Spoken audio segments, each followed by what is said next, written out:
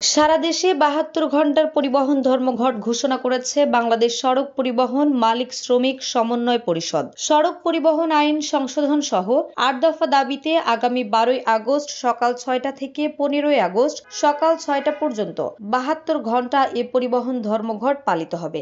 আমাদের এই দাবিগুলি যদি সরকার ১৫ই কার্যদিবস অর্থাৎ ১১ই আগস্ট ২০২৫ ইংরেজি তারিখের মধ্যে নিষ্পত্তির জন্য সরকারের প্রতি বিনীত অনুরোধ জানাইতেছি। অন্যথায় সারা দেশে পরিবহন মালিক শ্রমিকদের দাবির প্রেক্ষিতে আগামী ১২ই আগস্ট ২০২৫ ইংরেজি মঙ্গলবার সকাল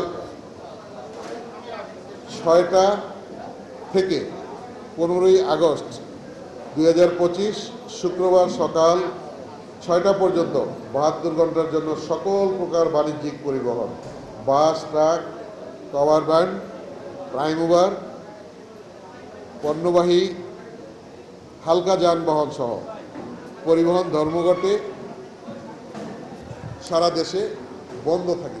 শুক্রবার দুপুরে যশোরে বাংলাদেশ পরিবহন সংস্থা শ্রমিক ইউনিয়ন কার্যালয়ে এক সভা শেষে এ ঘোষণা দেওয়া হয়। বাংলাদেশ সড়ক পরিবহন মালিক সমিতির কেন্দ্রীয় কমিটির মহাসচিব সাইফুল আলম এ ঘোষণা দেন। সভায় বরিশাল, খুলনা বিভাগ ও বৃহত্তর ফরিদপুর অঞ্চলের পরিবহন মালিক ও শ্রমিক নেতৃবৃন্দ উপস্থিত ছিলেন। বাংলাদেশ সড়ক পরিবহন মালিক শ্রমিক ঐক্য পরিষদের খুলনা বিভাগের সভাপতি আনিসুর রহমান লিটনের সভাপতিত্বে সভায় বাংলাদেশ পরিবহন শ্রমিক ফেডারেশনের কেন্দ্রীয় সভাপতি আব্দুর রহিম বক্স দুদু, মালিক শ্রমিক ঐক্য পরিষদ বরিশাল বিভাগের সাধারণ সম্পাদক ইউসুফ আলী বক্তব্য রাখেন। নিউজ ডেস্ক, দৈনিক রানার।